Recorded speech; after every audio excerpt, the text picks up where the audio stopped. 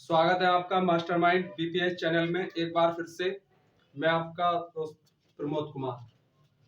देखो, हमने कल यानी लेखपाल के लिए ग्रामीण परिवेश की पहली क्लास शुरू की थी। आज यानी हम उसी ग्रामीण परिवेश की दूसरी क्लास पढ़ने जा रहे हैं।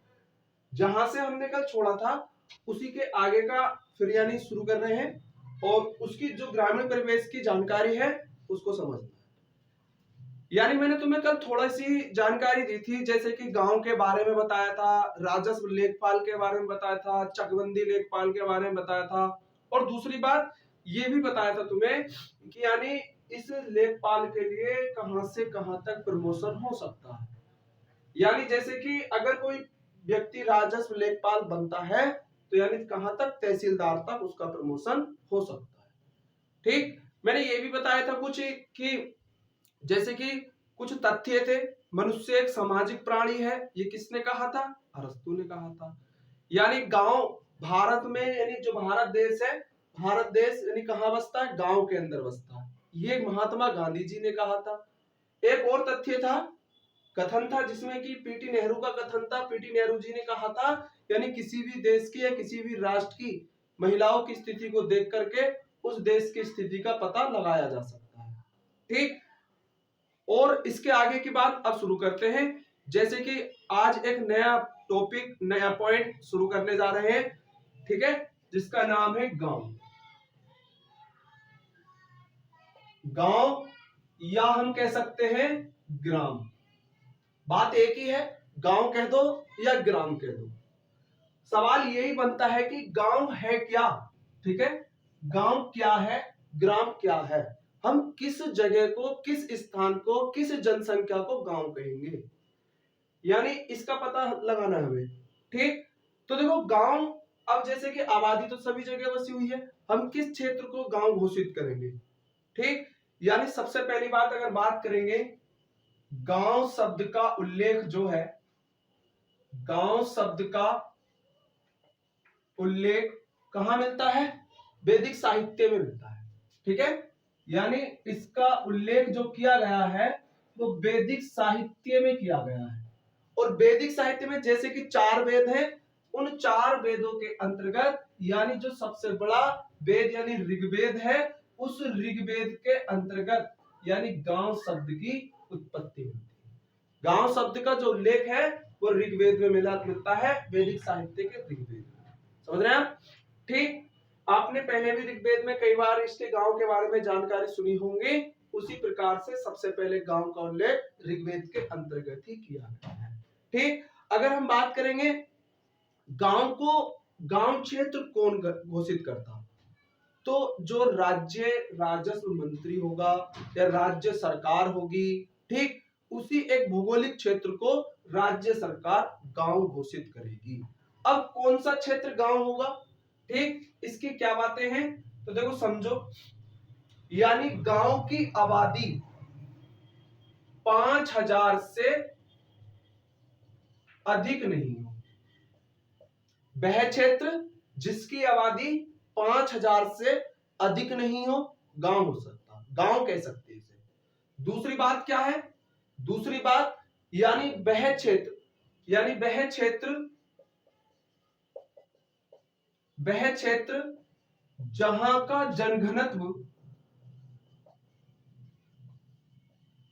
जहां का जनघनत्व यानी कितना हो, 400 प्रति व्यक्ति वर्ग जो होता है, यानी 1 वर्ग किलोमीटर के एरिया में 400 लोग ही निवास करते हो।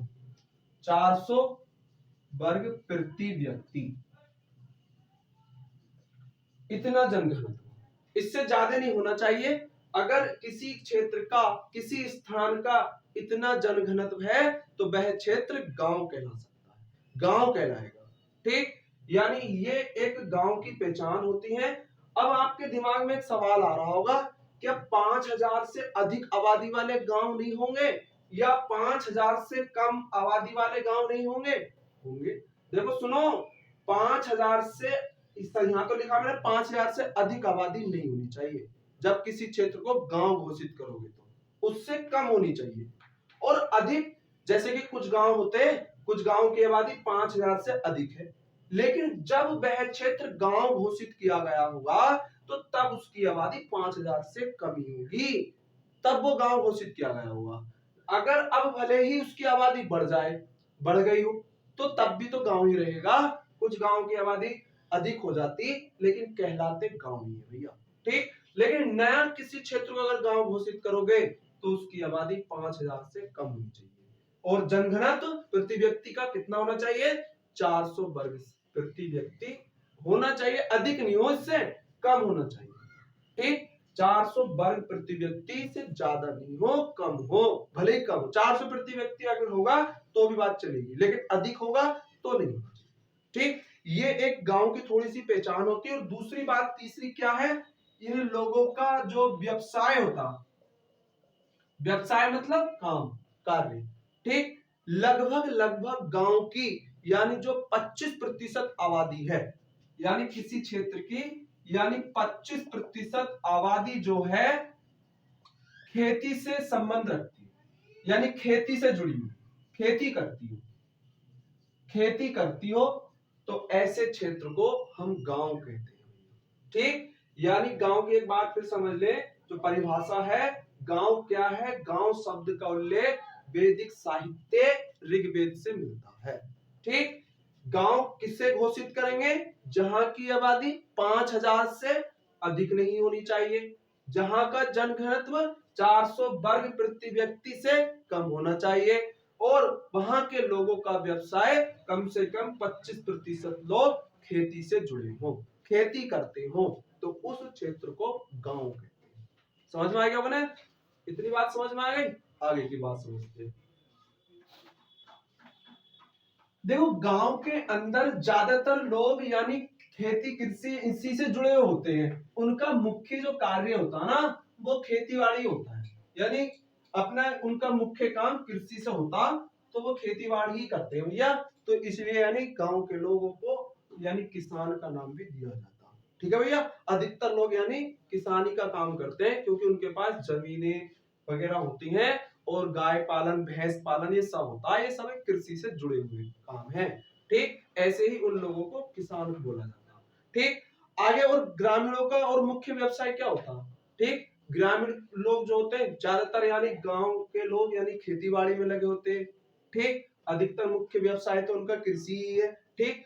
लेकिन यानी ग्रामीण लोग जो होते हैं, ग्रामीण जो व्यक्ति होते हैं ये क्या करते हैं, गांव में निवास करते हैं, यानी कहने का मतलब क्या है, ग्रामीण किसे कहेंगे, गांव में निवास करने वाले व्यक्ति को, गांव में निवास करने वाले व्यक्तियों को,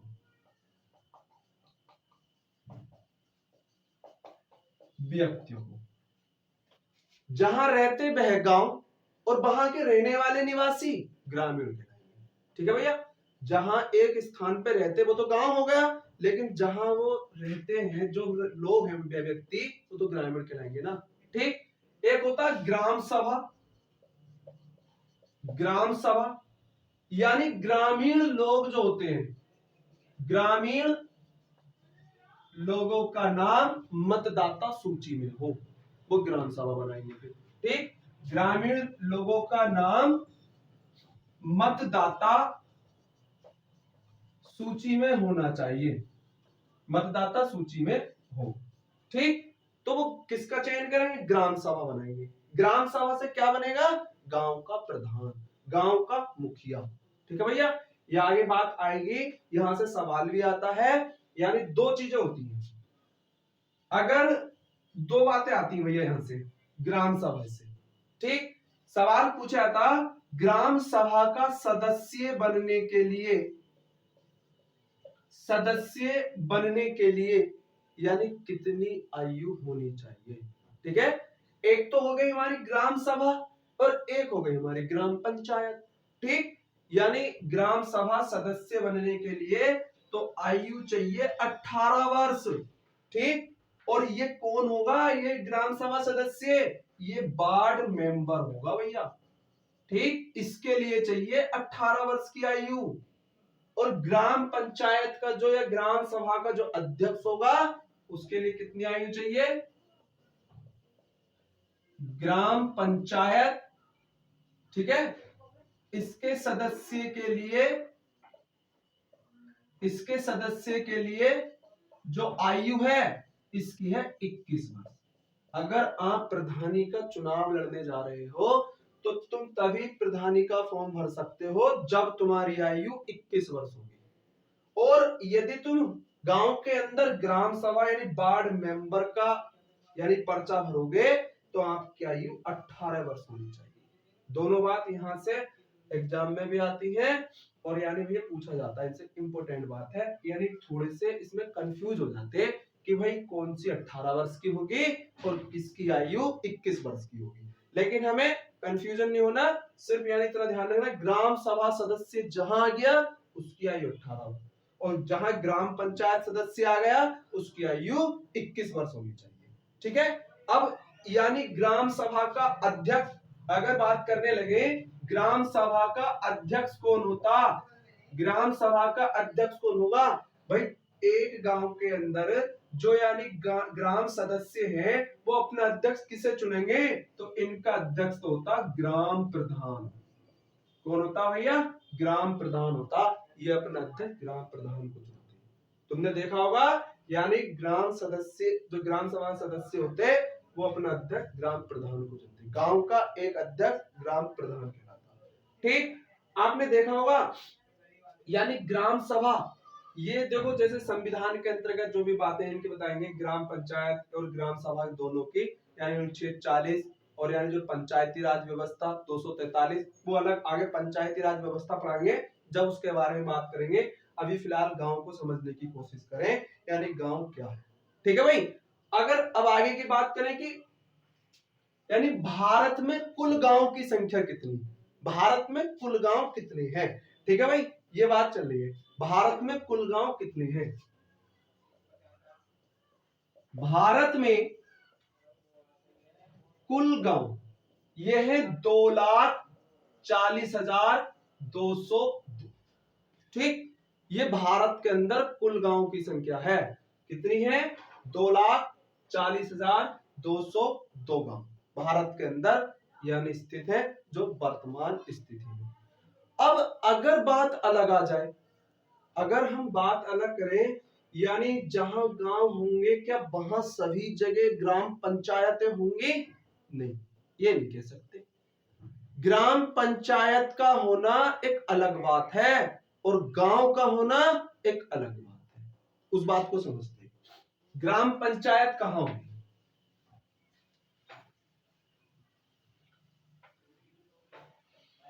देखो सुनो, ग्राम पंचायत कहां होगी यानी किस गांव के अंदर ग्राम पंचायत होगी, ठीक। अगर किसी गांव की आबादी,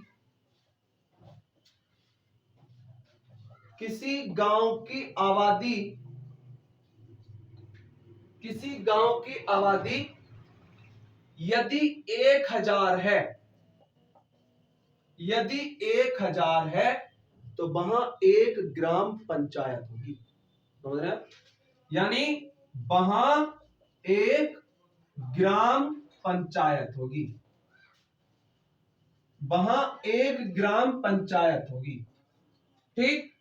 अब आप समझ रहे होंगे कि यार जहां 1,000 से कम हुई तो बिल्कुल, अगर जहां यानी किसी गांव की आबादी 1,000 से कम है तो वहां ग्राम पंचायत नहीं होगी भैया, ग्राम पंचायत नहीं होगी। तो फिर वो किसको वोट देंगे, तो ऐसा होता यानी जिन गांव की आबादी 1,000 से कम होती है तो उसी गांव के पास के गांव को मिला करके, चाहे एक गांव या 2 गांव को मिला करके, 3 गांव को मिला करके एक ग्राम पंचायत बनाई जा सकती है। जहां पर यानी 1,000 से कम है तो वहां ग्राम पंचायत नहीं होगी, परंतु यानी 1,000 से कम आबादी वाले गांव में गांव में यानी एक से अधिक गांव को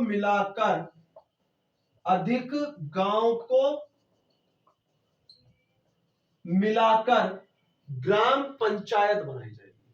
ठीक है, ग्राम पंचायत बनाई जाएगी।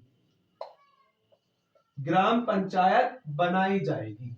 कैसे बनाई जाएगी? मान लीजिए कोई आपके पास का ही कोई एक गांव है, उसकी आबादी 400-500 है। ठीक, अब यानी आपके एक और पास में गांव है, उसकी भी आबादी 400-500 है, और एक और गांव है, उसकी भी आबादी 400-500 है।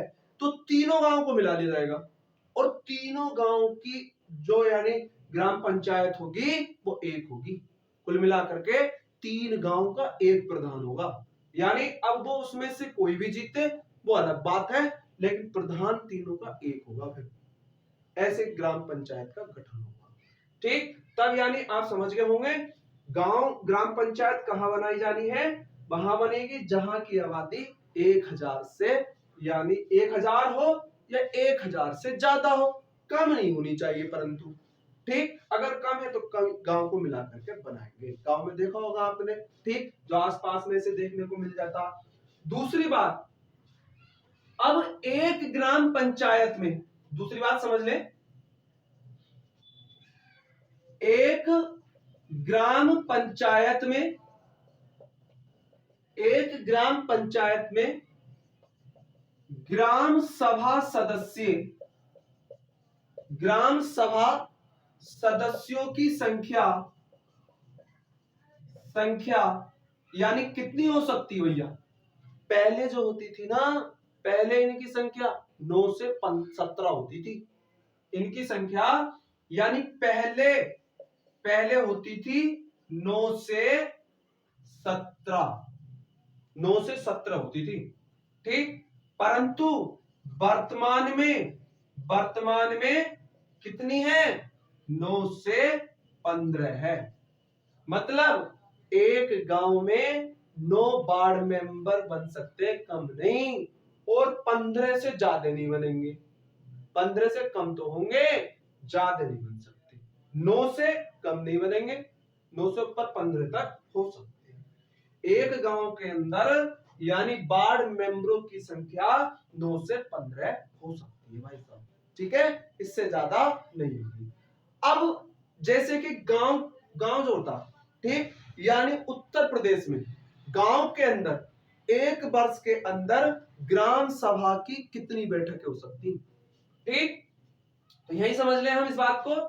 उत्तर प्रदेश में, यूपी में एक वर्ष में ग्राम सभा की 2 बार बैठक हो सकती है। 2 बार बैठक हो सकती है। ठीक है भाई, यानी ग्राम सभा की एक वर्ष में 2 बार बैठक कर सकता ग्राम प्रधान। ठीक, अब ये बैठक मतलब किस लिए होती? जो ग्रामीण योजनाएं होती हैं उनका क्रियान्वयन करने के लिए, यानी किस योजना का पैसा किसे पहुंचाना है, कौन उसके लायक है, किसको वितरित करना, वो सब उनके लिए होती है। अब दूसरी बात, जैसे कि ग्राम सभा के कुछ जो सदस्य हैं और वो यानी अपने ग्राम सभा के अध्यक्ष से खुश नहीं है, तो जहां ग्राम सभा के सदस्यों का बहुमत होगा तो वो अपने ग्राम प्रधान को पद से हटा सकते हैं। ठीक, ग्राम सभा को यानी उसके खिलाफ अविश्वास वाली बात जारी करके उसे पद से हटाया जा सकता है। ग्राम सभा के अध्यक्ष का यानी ग्राम प्रधान का पद रिक्त होने के साथ 6 माह के अंदर उसका चुनाव अनिवार्य कराना होता, यानी 6 माह तक ही रिक्त रह सकता। वैसे ऐसा होता नहीं है गांव के अंदर, अभी तक ऐसा हुआ नहीं कि किसी ने यानी प्रधान के खिलाफ अविश्वास वाले प्रस्ताव की जैसी बात रखी हो, क्योंकि गांव के लोग सामाजिक होते, एक दूसरे को समझा बुझा करके ही यानी उस केस को सुलझा लेते। ठीक, और ग्राम प्रधान की इतनी बात होती है भैया, तुमने देखा होगा कि गांव के अंदर जो ये वार्ड मेंबर होते हैं ना, जब इनकी बैठक करता तो इनकी अच्छी दावत कर देता, अब ये फिर कुछ बोलते नहीं भैया। ठीक, तो फिर यानी इंसान, और इसलिए उसके खिलाफ कोई अविश्वास वाली बात नहीं आती। तो यानी ग्राम प्रधान, और सरकार भी नहीं चाहती कि द्वारा से ग्राम प्रधान का चुनाव कराया जाए, क्योंकि सरकार का बहुत खर्च होता है। ठीक, इसलिए गांव के अंदर यानी इस तरीके की चीजों को अपने आप ही समझा लिया। समझ में आ गया होगा इतना? आगे की बात करते हैं।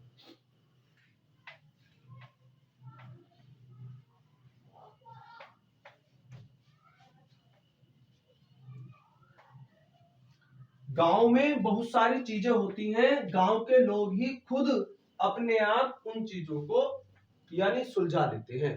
ठीक, यानी ग्राम प्रधान को पद से हटाने तक की नौबत नहीं आती, और सरकार भी दोबारा से उसका चुनाव कराने के इच्छुक नहीं रहती।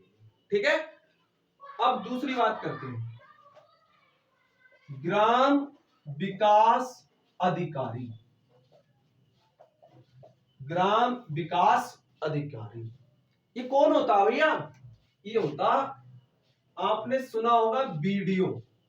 बीडीओ, ये बीडीओ होता यानी विलेज डेवलपमेंट ऑर्गेनाइजेशन, यानी officer, sorry village development officer, ये ग्राम विकास अधिकारी हो गया। ठीक, आपने इसके लिए फॉर्म भी भरा होगा भैया वीडियो का, जो इसका री एग्जाम होना है। ठीक, तो कहने का मतलब ये कौन होता? इस व्यक्ति का संबंध, वीडियो का संबंध यानी सीधा किससे होता? इसका संबंध ग्राम प्रधान से होता है। ग्राम प्रधान से होता है इस वीडियो का संबंध।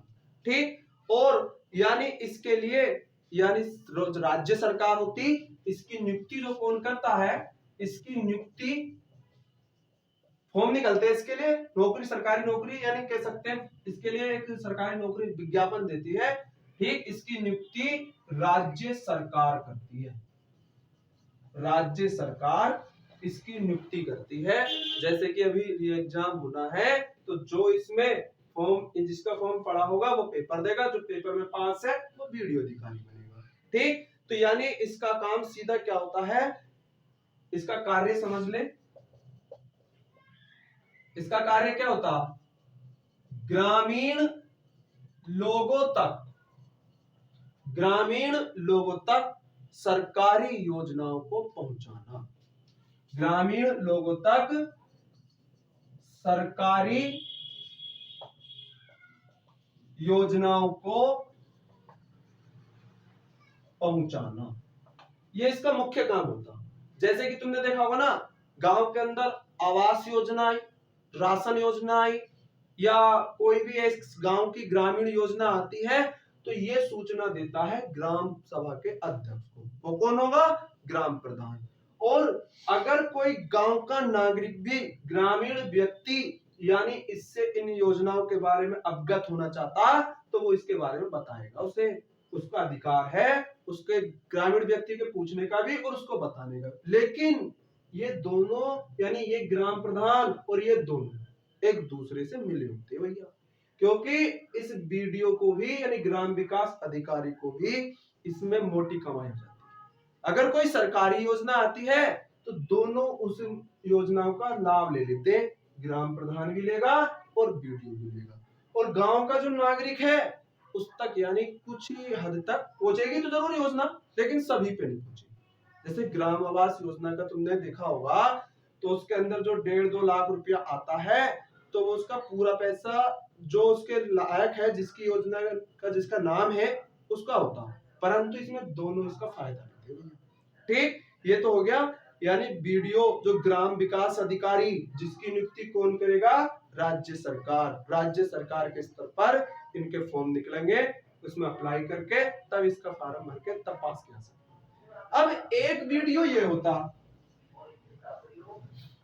एक वीडियो ये होता, एक तो ये वाला वीडियो, हमारा जो फॉर्म डला हुआ है वो इस वीडियो को डला हुआ, वो इसका नहीं डला हुआ। ठीक, ये कौन सा हो गया? Block development officer. तो क्या कहेंगे इसे? ब्लॉक खंड विकास अधिकारी। ठीक है,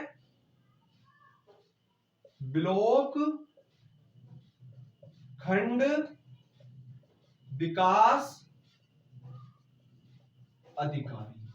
ये हो गया भैया, ये जो वीडियो होगा वो ये होगा, ब्लॉक डेवलपमेंट ऑफिसर। ठीक, इसके लिए यानी इसकी जो नियुक्ति करी जाती है, इसकी नियुक्ति वैसे नहीं की जाती, मतलब राज्य स्तर से नहीं की जाती, की तो जाती लेकिन इसके लिए कोई सरकारी फॉर्म नहीं है। ठीक, इसका जो संबंध होता, इसका संबंध किससे होता? इसका संबंध होता ब्लॉक प्रमुख से, ब्लॉक प्रमुख से होता भैया, ब्लॉक प्रमुख से। जैसे कि त्रिस्तरीय पंचायती व्यवस्था है ना, तो यानी ब्लॉक समिति, ब्लॉक पंचायत समिति जो है उसके अंतर्गत जो ब्लॉक प्रमुख बनता वो उसके, इसका संबंध इससे होता। ठीक है, यानी खंड विकास अधिकारी जो होता है इसका संबंध ब्लॉक प्रमुख से होता। और इसका कार्य क्या होता? यानी जो ब्लॉक प्रमुख है यानी उसको अपनी रिपोर्ट जारी करता। ठीक, कार्य क्या होता है इसका? कार्य यानी ब्लॉक खंड अधिकारी को भी रिपोर्ट देगा और ब्लॉक के अंतर्गत आने वाले गांव के लिए योजनाओं से अवगत कराता है। गांव के आने वाले गांव को योजनाओं से अवगत कराता है। ठीक, तुमने देखा होगा ग्राम प्रधान सिर्फ एक गांव का, वो एक गांव के अंदर काम करेगा, परंतु जो ब्लॉक प्रमुख होता है ब्लॉक में आने वाले जितने गांव होते हैं उनके अंतर्गत काम करता। तो ब्लॉक के अंतर्गत जो भी विकास काम आता है वो सब उनसे अवगत कराएगा कौन? ये वीडियो। अब जैसे हिसाब इस वाली उसमें ऐसा ही इसमें, ये इस दोनों से मिला होता, ये इससे मिला होता, तो दोनों इसमें ये भी पैसा कमाते हैं भैया। ठीक, तो दोनों पद बेहतर हैं, यानी काम इनका दोनों का एक सा होता। ये केवल एक गांव के विकास के लिए काम करेगा और ये ब्लॉक के अंतर्गत आने वाले गांव के लिए विकास करेगा। ठीक, दोनों में इतना अंतर है। ये वीडियो, ये वाला वीडियो इतना अलग अलग है। ठीक है भैया, आगे समझ में आ गया होगा ना? इतना इरेज कर रहा हूं मैं।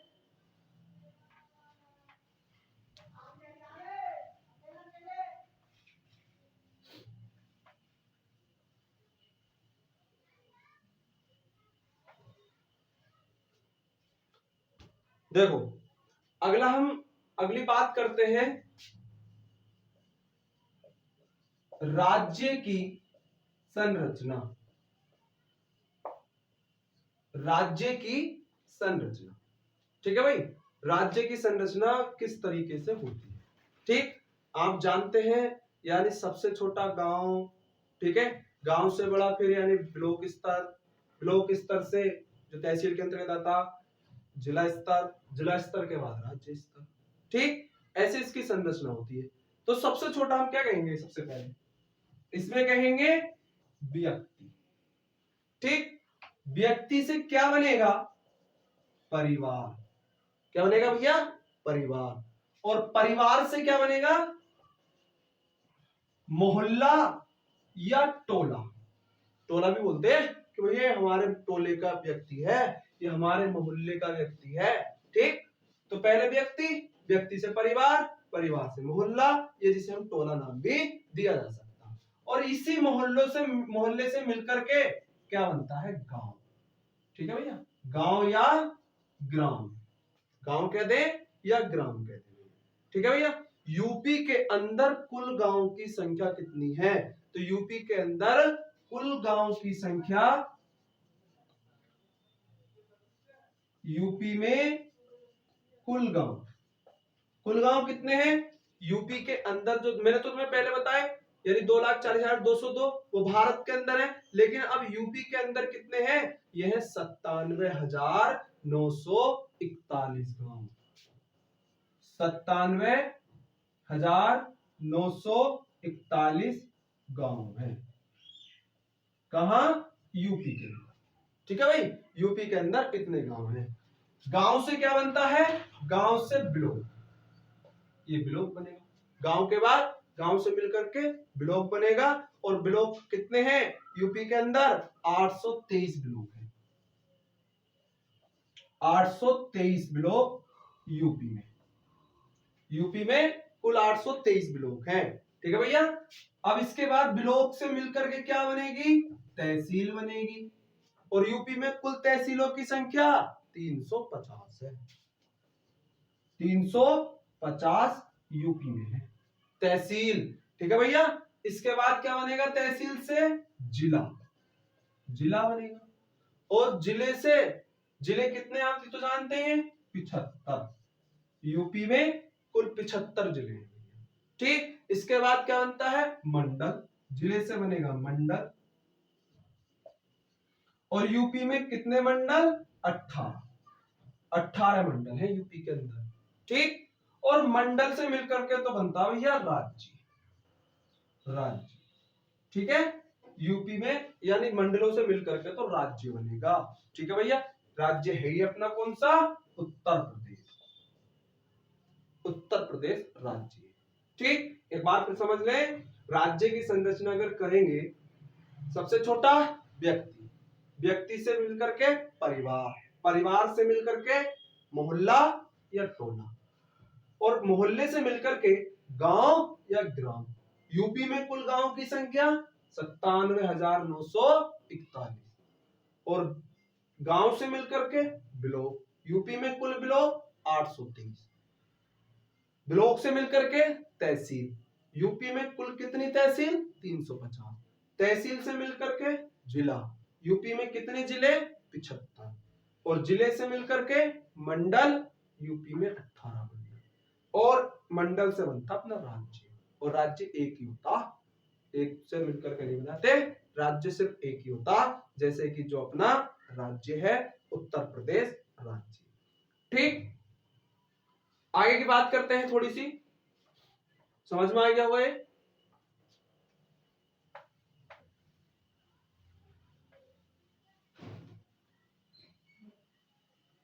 अगर हम बात करेंगे, मैंने आपको जैसे कि बताया, देखो भारत में गांव की ग्राम सभा की जो संख्या है वो है 2,40,202। और भारत में कुल ग्राम पंचायतें 2.51 लाख है।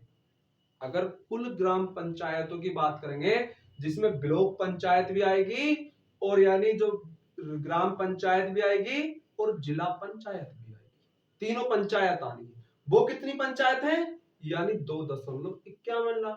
परंतु यूपी के अंदर, यानी जो यूपी के नहीं, जो ग्राम सभा पंचायत है, ग्राम पंचायत है, वो कितनी है तुम्हें बता दी मैंने, 2,40,202 है। ठीक है। आगे देखो, सुनो, समझ ले एक मिनट।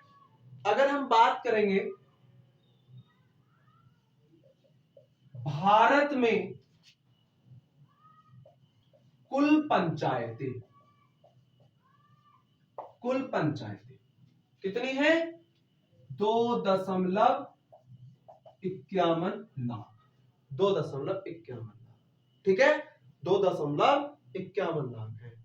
और अगर अब बात करेंगे यानी ग्राम पंचायतों की, भारत में कुल ग्राम पंचायत, ग्राम पंचायत ना गांव के प्रधान वाली, ठीक, तो ये कितनी है?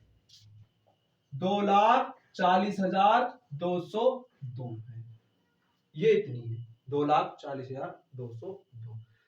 तो उत्तर प्रदेश में कितनी ग्राम पंचायतें हैं? अब इसमें समझ लें,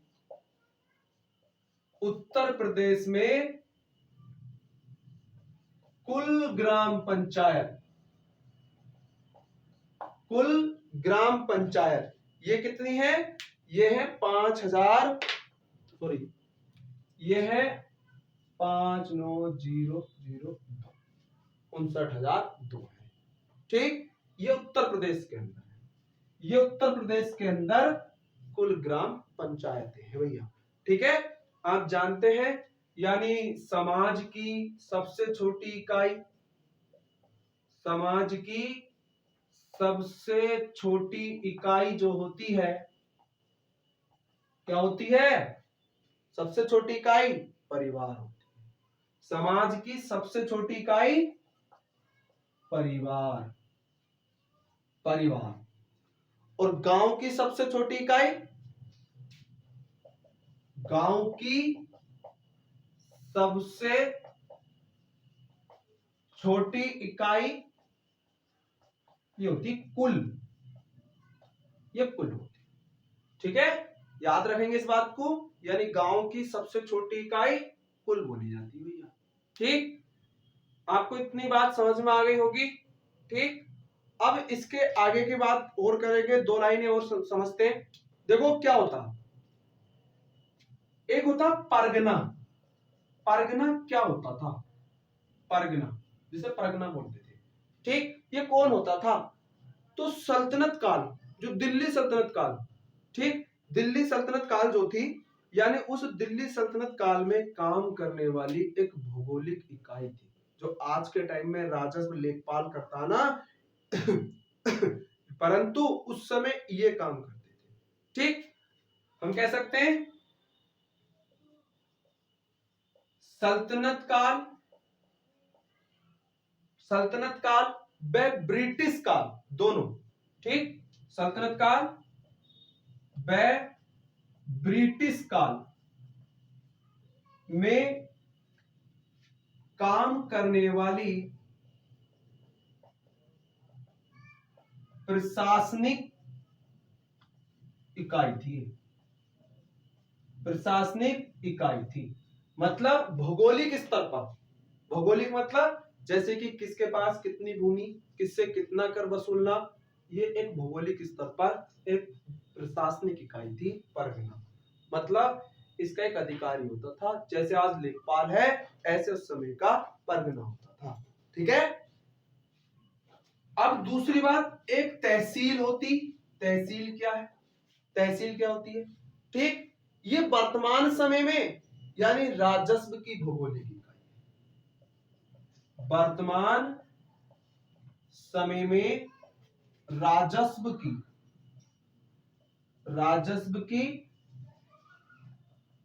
भौगोलिक इकाई है। मतलब समझ में नहीं आ रहा होगा, देखो द्वारा समझे। तहसील क्या है? यानी अगर जो भी तहसील के अंतर्गत गांव आते हैं, उन तहसील के अंतर्गत आने वाले गांव से जो राजस्व, जो कर भूमि से वसूला जाएगा, वो यानी तहसील स्तर पर जमा होगा। ठीक, तो वर्तमान समय में है ये, और ये गांव के जितने भी इसके अंतर्गत तहसील के अंतर्गत गांव आते हैं, उनसे एक भौगोलिक स्तर का कर वसूल होती है। ठीक, एक होता ब्लॉक, जो अभी थोड़ा सा ऊपर भी बताया था मैंने, ब्लॉक क्या है। ठीक, यानी ग्रामीण विकास की भौगोलिक इकाई, ये ग्रामीण विकास की भौगोलिक इकाई।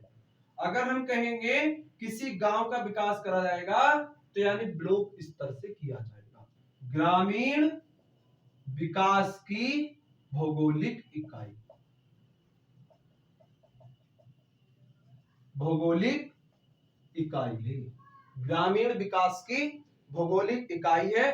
ठीक, इसमें ग्रामीण क्षेत्र जितनी भी होती है, जितनी भी योजनाएं आती सब उनसे क्रियान्वयन कराता, यानी ब्लॉक अधिकारी जो भी बताया था वीडियो, खंड विकास अधिकारी ग्रामीण क्षेत्रों की सभी योजनाओं को क्रियान्वित करता है। ठीक, हम लिख सकते हैं इसके द्वारा ग्रामीण क्षेत्रों की योजनाओं से क्रियान्वित करना, योजनाओं का क्रियान्वयन करना, ऐसे योजनाओं का क्रियान्वयन करना, क्रियान्वयन करना, ये इसका काम होता है। ठीक है, यानी ये प्रशासनिक अधिकारी होता है। वीडियो जो बताया इसका संबंध ब्लॉक प्रमुख से। एक बार फिर से समझ ले। ठीक, भारत में कुल पंचायतें 2.51 लाख। भारत में कुल ग्राम पंचायतें जिसमें ग्राम प्रधान बनता 2,40,202। उत्तर प्रदेश में कुल ग्राम पंचायतें यानी 59,002। और समाज की सबसे छोटी इकाई किसे कहते हैं? परिवार को कहते हैं। गांव की सबसे छोटी इकाई कुल को कहते हैं।